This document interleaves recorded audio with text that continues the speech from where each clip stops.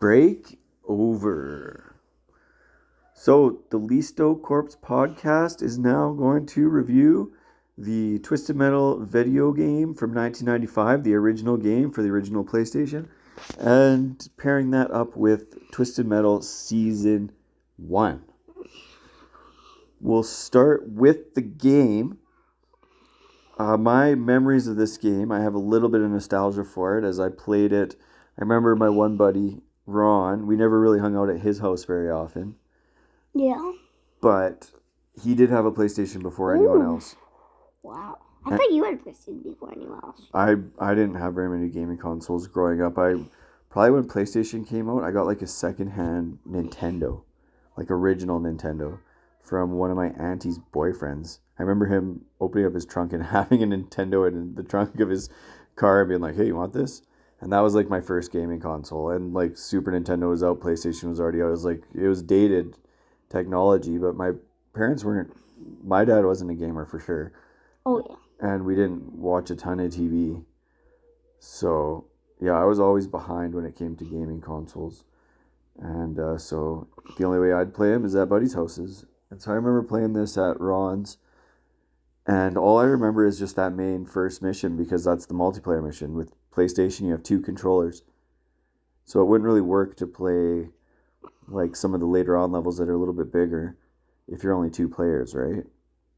Which I think would actually make this game a little better is if you could put like bots in as well. So like if me and you played against each other, but there's like 2 computer enemies as well, just to kind of populate the map a little more. But for what it is, it's a 30-year-old game, and it's free on PlayStation Plus if you subscribe to that. And it doesn't take up much space on the PlayStation. And so you and I hopped into it. And what did you think of that game? Is it a fun game? Do you like it? It's like medium, but like closer to like, it's like medium but closer to less. But yeah, so it'd be like this close to not that good. But it's like still like right in the middle, but it's closer to that side. It's like okay, but you wouldn't really recommend it. Yeah. Okay. What I like about it is just how easy it is to just jump in and play. And I'll kind of explain that more when we get into the gameplay of it. But well, I can kind of say basically now, like the main gameplay of it is you do have the 1 versus 1 if you want to do that. That was boring. Or you could play against 4 bots if you want. No, you have to play the mission to play against 4 bots. You have to do the first. I think I said it. Maybe it was only. Yeah, you might be right actually. Yeah, because your sister wanted to play, and the only way she could play 1v1, or I could just plug in the other controller, and she could play 1v1, but then the other car was just sitting there because then she was learning and she wasn't getting just destroyed. But for me, what I like is being able to just hop in, and when you're playing the missions, you have 2 lives, and so then if you pass the first level, you move on to the second level. If you die twice, you have to start all over again. No, so every level you go up. So level 1 you have 2 lives. Level 2 you have 3 lives. Level 3 you have 4 lives. Okay. And then it just stays at 4 lives.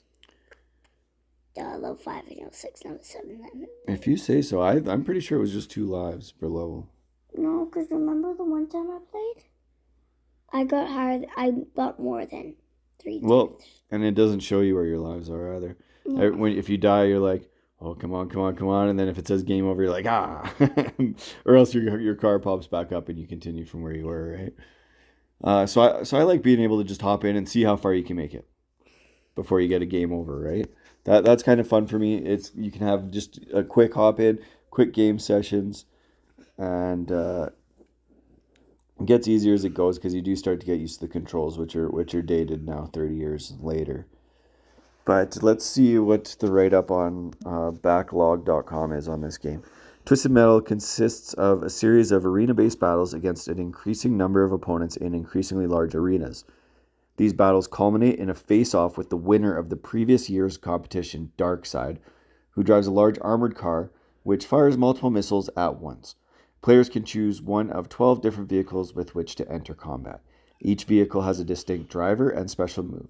The controls consist of accelerator, brake, tight turn, and turbo on the face buttons, with main weapons and machine gun selection and control on the shoulder buttons. Arenas are populated with weapon pickups to resupply missile stocks, repair stations for repairing damage to your car, pedestrians, and course stewards armed with either machine guns or missile launchers. Pretty good write-up, I'd say. The game, what I will say right off the bat, the game doesn't give you a lot of story or a lot of explanation of what's going on. It didn't say anything. Yeah, we had to... Just said go. It just started, yeah. And so, like, I went down into the options and found kind of a title scroll, and it kind of gave you some background. But you don't get that if you just play the game. Like, you have to search for that. And it explained that it is this game takes place in the future. And you know what year the future is? What? 2005. So that would have been 10 years after the game came out. They're saying 10 years into the future from now, Twisted Metal is real life. This is when this is going to happen. But that's now 20 years ago. So I always find it funny when you watch older movies that take place in the future. And now we're past where they said the future was, right? Yeah, like the 2025 Twisted Metal that we're going to do the next episode on. Yeah, so every time they make a new Twisted Metal, they probably update the year for which it takes place, right? So 2005, and this is the 10th annual Twisted Metal competition, which will take place in LA on Christmas Eve. It's a Christmas game. The creator is demented man named Calypso, who grants the winner their choice of any prize. So that's always vague too. It's like anything.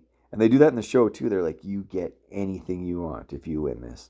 Like, how can this guy grant you anything? Anything. You can have any. So what would you, if you won Twisted Metal, what would you ask for? I don't know. That's a hard question, isn't it? There's a lot of stuff. What would you ask for? Because now we're in the wasteland, right? So it's not like the way that we're living now. It would be, well, kind of similar, I suppose. If you go off the show, there are communities that are kind of living. I want like nothing machine happened. that prints you a real money. A money machine? A money machine. Yeah, sure. I don't know what I'd ask for. Probably just like the biggest house around with a movie theater in it. And that has infinite money.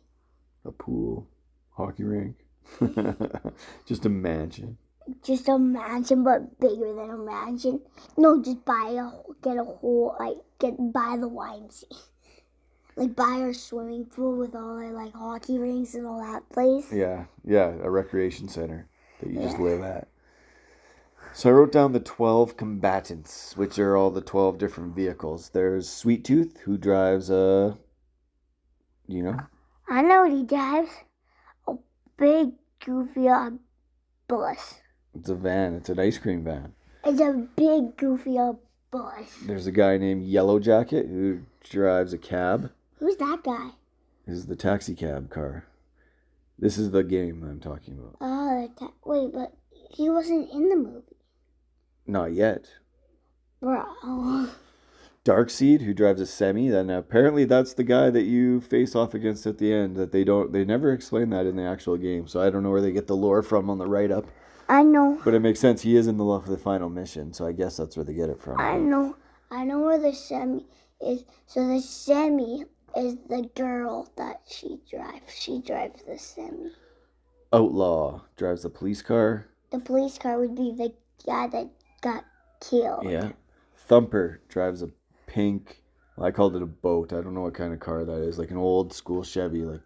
We called them boats back in the day. But. Those were probably one of the old school cars that was sitting in that parking lot. Crimson Fury drives a Lamborghini. Oh, yeah, that guy's not good, though, because he's so tiny. Yeah. Pit Viper drives a Doom Buggy. What's a Doom Buggy? Oh, like the little punch buggy? No, it's like an off-road vehicle, so they're kind of long but have big wheels and huge shocks on them. So they can. Oh, that dude? Warthog drives like an army truck. No, it's like kind of like a Hummer. It's like a tank, but it doesn't. It kind of looks like a Cybertruck, but cooler. No, not cooler. Mr. Grimm Drives. Wait, I know what Mr. Grimm does. He drives a motorcycle. motorcycle. That's right. Spectra drives a car. Looks kind of like a Honda. It looks like the car that the milkman drives in the movie or in the TV show. Hammerhead drives a huge monster truck. Who's Hammerhead? And Roadkill drives a car with rockets on it. Rocket launchers. Who's Roadkill? These are characters from the game. So they're not all necessarily in the TV but show. Roadkill was in the game. I just don't remember who he is. It was one of the cars, like the little dirty car. Was it Mr. Slam? Maybe. We don't talk about Mr. Slam. Yeah, we don't need to talk about Mr. Slam anymore. So these vehicles, they're all different in size, and they all have a different like special weapon on them too. Like one of them has a flamethrower, one of them has a machine gun, one of them has special rockets. They all have a different thing, and then they also have different, because of their size, some are faster than the other ones. So depending on what kind of style you like, I like the middle to big size vehicles because you did more damage when you would just head on collide with other vehicles, and you would take less damage that way, and that was sometimes easier than actually just like aiming your machine guns, right? I just like to run into them with like the semi, and while they're spinning, you just shoot them. Yeah, exactly. So that seemed to be a pretty good strategy. Or when I'm coming into them, I rocket them, boom, right into them. Yeah.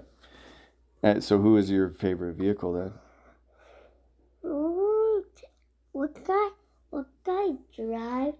Well, it was like kind of like the semi, but a little bit smaller. But it was like the size of like the. It's kind of like an army SUV. No, it was the monster truck. The monster truck? I think it was huge. I know. I drive in. You can ram the semi, and it does damage to the semi, and doesn't even do damage to you. But they're a little bit slower than the other vehicles, right? No, that one's fast because it's they're pretty good. Size. Did you know there was a boost button? Yeah. Triangle? Yeah. I didn't know that for the longest time. No. Boo, if you boost into the guy, it does more damage than it does if you it was super helpful because a lot of the time, too, you're just driving and someone's shooting you from behind. If you're in a slower vehicle, you cannot get away from them, and it destroys your health quite quickly. I liked playing as the army warthog guy, the army. Yeah, but his ram SUV. on the semi sucks. Yeah, so there was only like 2 vehicles bigger than him, so he was still kind of fast, but still had the ramming power. Oh. And so yeah, we had the single player and dual. So single player, there are Missions. 1 business. Okay, 1, 2, 3, 4, 5, 6, 7, and a bonus level. So 8 levels. Yeah, I told ya it was 8 levels. 8 levels in total. Single player, you just play in the beginning arena, which makes sense. Which is kind of like if you go to a monster truck show, it kind of looks like the area that they drive monster trucks around in, basically. Kind of, but do they have like old semis in there? Yeah, so there's jumps and broke down vehicles and semi trailers that have explosives in them, and you drive around just trying to bring down the health bar of the other vehicle. There's only one guy that you face off, and it's not always the same. Depending on what vehicle you drive, you fight a different vehicle. So you drive around there trying to take his health down, while picking up different weapons as well, because you have your main weapon that each vehicle has, and then you have weapons that you can pick up.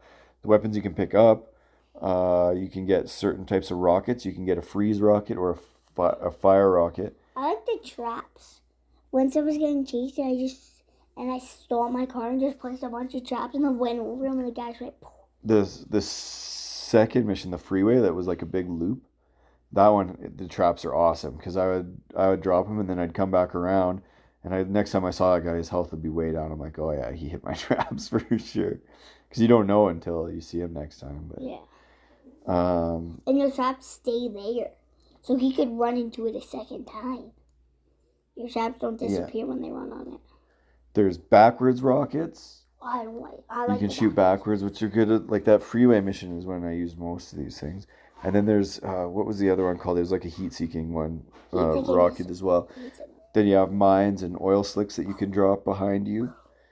And then there's also heal or repair pads. Yeah. And that was a huge part of the strategy, was memorizing where those repair pads are. Because you kind of play each level over and over and over again, refining your strategy and learning the map. Yeah. Because that freeway, that one was hard at first. But then we kind of realized, the way I beat it, you beat it before I did. It took me longer to beat that than you did. I remember watching you beat it. What's your highest level? Or did you not beat the freeway? I did. What's your highest level? The one right after the freeway. The park. Well, what number is it? 4. Yeah. So we only made it halfway through the game. But then I'll get to that in a bit. I did play all the missions. I got 4 and I had one guy left and then I gave up. So the freeway is a good example because it's basically a big loop. You don't know that at first. You have to learn the game. You go around the loop, and if a guy's shooting you from behind, like, you can do a U-turn and go after him, but I found I died a lot doing that. I just kept driving around the loop, and every time I came across someone, I would shoot rockets at them, and then if you keep going around the loop, the repair stations reload too, so you use it once, and then you do about 2 laps, and then you can use it again. So if you just keep moving, it was better than stopping and getting in a battle with someone, because you would lose more health that way, and you just take your time. Because there are 3 enemies that 3 other cars that are all fighting at the same time in the freeway level. And then after the freeway mission or map was the park, which you go up against 6 different cars at the same time. And I killed 5. I got lit up. I remember the first time I finally made it to this mission. I got absolutely lit up right off the bat. You wanna know what the plan was in that mission? Found a hiding spot. Just let them all kill each other. Yeah, that's maybe not a bad idea. They right off the bat, the other 2, you just go straight at the guy right off the bat. This one, when I went straight right off the bat, like, everybody met in the middle, and I just got lit right up. Really? So I didn't do that again. I just went backwards. And there's like a breakthrough thing that you can go and you go backwards. Secret. No one knows about it. Oh, we skipped the business district. Yeah. Sorry, I skipped right to the freeway. I forgot. So the business district was area 2, where there was 3 cars that you went against, and it was basically like city streets. Mm-hmm. And that's the one where if you really learned where those repair stations were, then it was super helpful, right? And there's also guys, like pedestrians on every street. Good call, yeah. And you go through, and they have like rocket launchers. They shoot at you. They parachute in from the sky. So there's people standing on the side of the road that shoot rockets at you, which was super annoying. The annoying part is the cheetahs, though. Cheetahs? You didn't see them? Or leopards? Didn't see them. No. Were they dogs? They run. They were dogs. Were they really? Yeah. They run across the road, and when you hit them, you take damage. Yeah. The pedestrians are super annoying. So, because it's hard to aim in the game. The game's old. It's got janky controls. But, so the little tiny pedestrians were hard to shoot, but I just ran. If I ever saw one, I just ran them over. Yeah, and they had them on, like, almost every mission after this one. Because they did have them on the freeway again. And then the park was 6 opponents, and it was very similar to the business district mission or map. I keep calling them missions, but it was a little bit bigger. Like, it had kind of like a riverbed that you drove across with bridges, and it was a much bigger map than the other one. The maps just get bigger, just like the letter or the backlog write-up had said. So that one looks really similar. And then Suburbia was against 8 opponents. What the heck was Suburbia? Oh, Suburbia. I can't remember Suburbia now. Bad. So what I did, because since I never beat the park, you can go online and find codes. Every time you beat a level, it gives you a code. So that next time you play, you don't have to start from the beginning again. I think it was fun starting from the beginning, but if you get stuck on a map that you keep losing at that same spot, if you have the code, you can start right from there and then just keep practicing that map, getting to know where the stations are and refining your strategy. So I couldn't beat the park, so I just went online and got the codes for the following missions or maps just so that I would be able to talk about them. And that being said, I cannot remember what the heck Cyberbia was. You know what Cyberbia is? No. Cyberbia was 8 people. It was 8 opponents, but I don't remember what it was like. You don't remember what it was like? It was before Park. I think it was just similar again. I think it was, No. it was instead of in a city, you're in a residential area. Yeah. That's and what it there's was. a bunch of like people walking across the road on that one. And you gotta try to dodge them or else you take down. It's just like the dogs. After that was the rooftop with 3 opponents. The rooftop, you can fall off the roof and you lose a life for doing that. A rooftop? Yeah. This one, I might have actually beat this one. Rooftop? Which one? You never played the rooftop. I did this one day. I was like, you know what? I'm done playing this game. I'm not going to grind it out because that's what the game is. It's an old game. If you were paying top dollar for a brand new game back in 1995, they wanted to give you some replayability. So they make the game super hard so that you have to grind it out. There's only 8 maps on this. If they were easy, you would play all the maps and then you'd be done with the game, right? It wouldn't be very fun. Or it wouldn't have longevity. You'd be done the game and it would sit on your shelf after a while. So what they do is they make it incredibly hard. So you have to play it over each mission over and over and over again, learning the map, learning where the repair stations are, learning different strategies for different maps, and just to the point where you just know each map like the back of your hand because that's the only way you're gonna beat it and move on. And if I had really played this game back in 1995, I would have not had access to the internet to get those codes. And I would have been 8 years old. So I would not know, I wouldn't have friends I'd be able to get the code from. I wouldn't know who to talk to. Maybe if you were a young adult or teenager back in 1995, you'd know, oh, I can go to the video game store and talk to the guys there. Or there's probably magazines that would publish the codes. Or there were ways probably of finding that. Or you would have had more friends that were playing it as well. Wait. You said there's codes? There's codes, yeah. You could have told me that and I could have beat the game already. Well, the game would have been over. Well, you know what? For season 2, we're going to play Twisted Metal 2. So maybe I'll show you some codes for that one. But I like trying to see how far we can get. And then once it just gets so hard that I'm like, you know what? I'm not grinding this out. Yeah, you cheated in the one game. Then I I cheated in this one too. That's what the codes are. It's cheating. Why do you cheat? Because old games can get super frustrating. And if I'm frustrated and not have... I don't cheat in Fortnite. That's because it's a new game. It's polished. It's not frustrating. Like going back and playing a 30-year-old game. You get so frustrated in that game when you die, bro. You're like, you throw the controller at the couch, bro. You get so mad. That never happened once. Yes, it has. I've seen you do it. Twisted Metal? Yes. When? Man, I don't rage quit. What are you talking about? So you're standing up one day when me and Mom were driving back from Grandma and Grandpa's house, and you were just sitting there, standing up. What game was I playing? I don't know. You were just standing around like, what game was that? And you were like, there was one. And you just threw it. What game? I didn't. What game was that? Oh, I remember there was one game that was really making me mad. I know. And you threw a controller at the coach. That doesn't happen very often, though. That's bugging me. I can't remember. It doesn't. I've done it like once, maybe. Yeah. I rage quit a lot. Remember when I was like 4 or 5? When I was playing Fortnite, and I would rage quit up here, like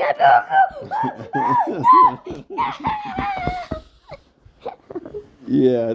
Well, Twisted Metal did not make me rage quit. I thought it was a super chill game. What game was it? It might have been a Lord of the Rings game. Oh, what game was it? I know what game it is. What? We did it on the Lord of the Rings podcast. It was one of the Lord of the Rings games? Yes, it was that Shadow of Mordor. No. No, it definitely was not. I can't, for the life of me, remember. It doesn't matter, though. Well, it's probably GTA, possibly. So rooftop, 3 opponents, and Minion, who was last year's winner. So the game says that Minion was last year's winner, whereas on backlog.com it says that Darkside, who drives a large armored car with and fires multiple missiles at once. So this write-up on, I'm going to go ahead and say this write-up on Backlogged is wrong, because we just played the game and I took notes. It never told you who the winner was until the end of the game when you get there, and his name's Minion, and Darkside drives the semi. So this is wrong. Wait, Minion? There's a Minion in the game? That's the guy's name. His name's Minion. Can I play? Last year's winner. His name's Minion. Wait, can I play right now and you do it? We'll play after. We'll pause here in a minute and we can play it. Yeah. And then there is the fight of your life bonus level versus I don't know how many opponents, and I believe that's on the rooftop again. Yeah, it's a bonus level. And that's the game. So yeah, it's a grind. It's not a huge game. There's only 2 game modes, 8 different locations, 12 different vehicles, and that's the game. You play it over and over again, getting better and better at it, and see how far you can get. You can't get that far. I'm gonna beat the game. And yeah, we made it halfway to the end. I'm gonna beat the game. You know what? I'm gonna beat the game. Wait, pause. I'm gonna beat the game. It's tough. You can go ahead and beat it if you want. I'm gonna order for it. So, again, at the end of this, you said you were kind of like, it's okay, I wouldn't recommend it to anyone, but now you're sitting here saying you want to play it again. Yeah, I recommend it. So now talking about it, you're kind of remembering it a bit more and thinking it's pretty good, or now what? that there's codes. Because you got stuck, right? You get to a level that you can't beat. I almost wanted to throw my controller one day. And that's why I'm saying, back in the day, you can't just breeze through games like you can nowadays. Because nowadays you play a game, the game is 20 hours long. So they can make it a little easier. They can teach you how to play it a bit better because you're gonna get your money's worth with that much content. No, whereas Fortnite's it is unlimited game. Fortnite's the best game ever because you can play it for the rest of your life. And it's multiplayer, so it's not really comparable to this game. Yeah, it is. It's so comparable. It's just so better. Like it's like better by $1 million. I can bet. It's amazing, but infinite money that it's better than that game. Fortnite wasn't possible back in 1995. Yes, it was. In 1995. Yes, you're born there. There was no internet. Yeah, there was. Then how'd you play that game? It's a video game console. Yeah, it's a video game console. They need internet. No, they don't. A PS4 needs internet. A PS1 doesn't. Yeah, it does. A Super Nintendo does not connect to the internet. Doesn't even have a connect. It doesn't have. PS5 needs internet. PS5. When did that come out? 2020. 30 years after this game. No, 25 years. I haven't had mine for 5 years. No, you didn't get it right when it came out. Yeah, I did. It came out in So 2022. you're comparing an online shooter game that's currently running in 2025 to a driving combat game that came out in 1995. They're not comparable. Yes, there is. There's a comparable of betterness.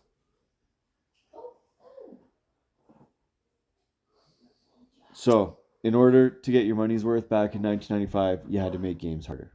You couldn't make them like they are nowadays.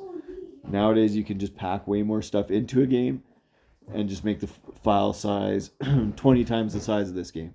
And just give more content and make the game more accessible, easier to learn, and therefore less frustrating. That's the difference between games now and games 30 years ago.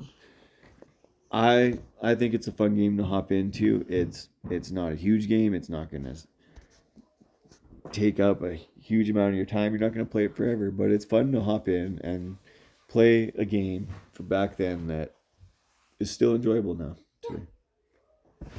You got anything else you want to add to this review before we move on? I'm going to play and tell you guys how far I got. Sounds good. And then next up, we will review Twisted Metal Season 1.